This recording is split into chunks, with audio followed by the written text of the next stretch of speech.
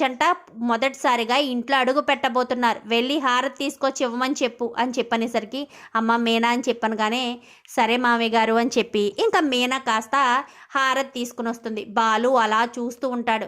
ఏంట్రా ఏదో మింగేసి వాళ్ళ అలా చూస్తున్నావు, నోరు మూసుకుని కొంచెంసేపు ఉండు, మీనా తప్పు చేసిందో లేదో అనేది నేను నిరూపిస్తాను అని చెప్పనేసరికి ఇంకా హారతి ఇచ్చి లోపలికి తీసుకొస్తారు.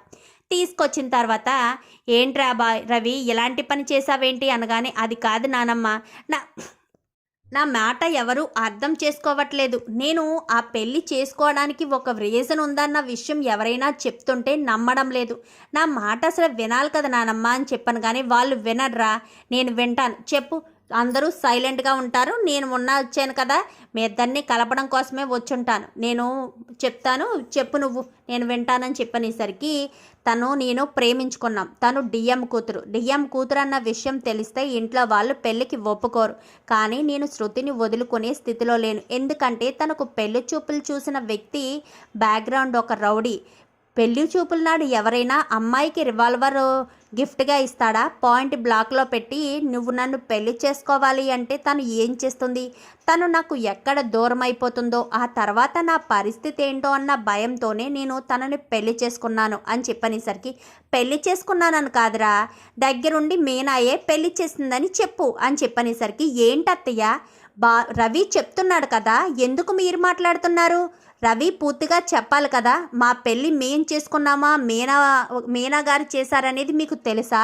సాక్షి సంతకం పెట్టినంత మాత్రాన మీకు మీనా గారే మా పెళ్ళి దగ్గరుండి జరిపించినట్ట? మేము పెళ్ళి చేసుకుంటున్నట్టు కానీ అక్కడ మా పెళ్ళి జరుగుతున్నట్టు కానీ మీనా గారికి తెలీదు. ఒకవేళ అక్కడ మీనా గారికి తెలుసుంటే ఆవిడ ఆవేశం, పెళ్ళయిన తర్వాత ఆవిడ మా మీద కోపడ్డ తీరు చూస్తే ఖచ్చితంగా మా పెళ్ళి జరగనివ్వరనే మాకు అర్థమైంది అని చెప్పనేసరికి అంటే మీ పెళ్ళి జరగడానికి మీనాకి ఏ సంబంధం లేదా అనగానే లేదు నానమ్మ, ఆ విషయం చెప్తుంటే అమ్మ కానీ అన్నయ్య కానీ ఎవరూ వినిపించుకోవడం లేదు. నేను మీనా వదిన్ని గుడి దగ్గరికి తీసుకువెళ్ళిన మాట నిజమే. అక్కడ శృతితో మాట్లాడడానికని మాత్రమే తీసుకెళ్ళాను. మీనా వదిన్ని లోపలికి కూడా తీసుకువెళ్ళలేదు. మీనా వదిన బయటే నిలబడి ఇక్కడే ఉండి వదిన, నేను వచ్చి మళ్ళీ పిలుస్తానని చెప్పి లోపలికి వెళ్ళి నేను పెళ్లి చేసుకున్నాను. అదే సమయానికి బాలు అన్నయ్య ఫోన్ చేయడంతో మీనా వదిన లోపలికి వచ్చింది. మీనా వదిన లోపలికి వచ్చే సమయానికి నేను తాళి కట్టేశాను. ఆ తర్వాత వదిన మమ్మల్ని తిట్టి హెచ్చరించింది.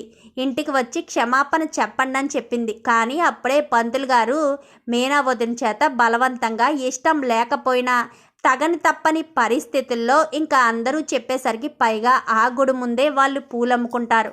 తర్వాత ఎలాంటి ప్రాబ్లమ్స్ వస్తాయన్న ఉద్దేశంతో తప్పని పరిస్థితుల్లో మీనా వదిన సంతకం పెట్టిందే కానీ అసలు మీనా వదిన సాక్షి సంతకం పెట్టే పరిస్థితుల్లో కూడా ఆ రోజు లేదు. ఇదే చెప్పాలనుకుంటే ఎవరు నమ్మరేంటి, వినిపించుకోరేంటి? సరే, మీకు ఇంకా నమ్మశక్యంగా అనిపించకపోతే శృతి అని చెప్పనేసరికి ఫోన్ తీసి చూపిస్తుంది. ఇదిగో మా పెళ్లి వీడియో చూస్తే మీకే క్లారిటీ వస్తుంది. నువ్వైనా వినుబాలు అన్నయ్య, తను ఫ్యామిలీ అంతా తనకిచ్చి పెళ్లి చేయాలనుకుంటున్నారు. అదంతా రౌడీ బ్యాచ్. ఎక్కడ అమ్మాయి అక్కడికి వెళ్ళి కష్టాలు పడుతుందో లేక దూరం అయిపోయి చచ్చిపోతుందో అన్న భయంతోనే తన మెళ్ళో తాళి కట్టేనన్నయ్య. తెలిసి మన కుటుంబం కోసం ఒక అమ్మాయి చనిపోతూ ఉండడం చూసి తట్టుకోలేకపోయాను. నాన్న మనల్ని అలా పెంచలేదు.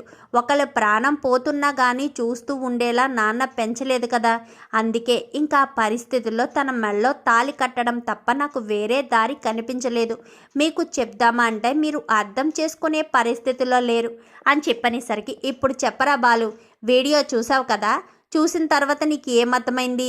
మీనాకు అసలు పెళ్లి విషయం తెలియదనే కదా. అదే విషయాన్ని చెప్పాలనుకుంటే వినిపించుకోవేంట్రా? నిన్ను మూర్ఖుల్లా ఉన్న వాడిని మనిషిగా మార్చుకుంది. మళ్ళీ మామూలుగా మూర్ఖుల్లానే తయారైపోతావా? మీనా తప్పు చేయలేదన్న విషయం ఈ వీడియో చూస్తే ఎవరికైనా అర్థమవుతుంది. ఏ ప్రభావతి, ఇప్పటి వరకు నోరు పట్టుకుని మాట్లాడేసావు కదా, వీడియో చూసిన తర్వాత అయినా మాట్లాడు అని చెప్పనేసరికి ఇంకేం మాట్లాడుతుందమ్మా, అక్కడ క్లియర్గా తెలుస్తుంది కదా అని చెప్పనేసరికి, అందుకే రా, ఒక్క క్షణం ఏదైనా జరుగుతుంటే మనం ఒక్క క్షణం ఆలోచించాలి, లేదా ఎదుటి వ్యక్తులకి మాట్లాడే అవకాశం ఇవ్వాలి. అది లేక ఇది లేకపోతే అవతల వాళ్ళు తప్పు చెయ్యకపోయినా తప్పు చేసినట్టు నిందలు పడాల్సి వస్తుంది. మీనాని నువ్వు రోడ్డు మీద అందరి ముందు తిడుతున్నావు. మీనా కారు పోవడానికి దానికి ఏంటి సంబంధం అని చెప్పాను కానీ, ఏమీ లేదు నానమ్మ అనగానే, ఎందుకు అమ్మేశావు కారు అసలు అని చెప్పనేసరికి, నాన్నకు హార్ట్ అటాక్ వచ్చింది, ఆపరేషన్ చేయించడం కోసమే అమ్మేశాను అని చెప్పనేసరికి, ఇంటి కాగితాలేమో నాన్నకి ఇచ్చేసిందంట ఆ రోజే.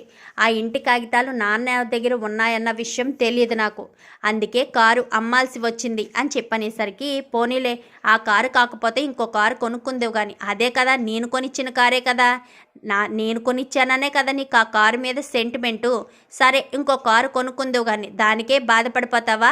దానికే మీనాదే తప్పంటావా? ఒక్కసారి నిన్ను నమ్ముకుని ఇంట్లో అడుగుపెట్టిన భార్యని నువ్వు చూసుకోవాలి, అర్థం చేసుకోవాలి.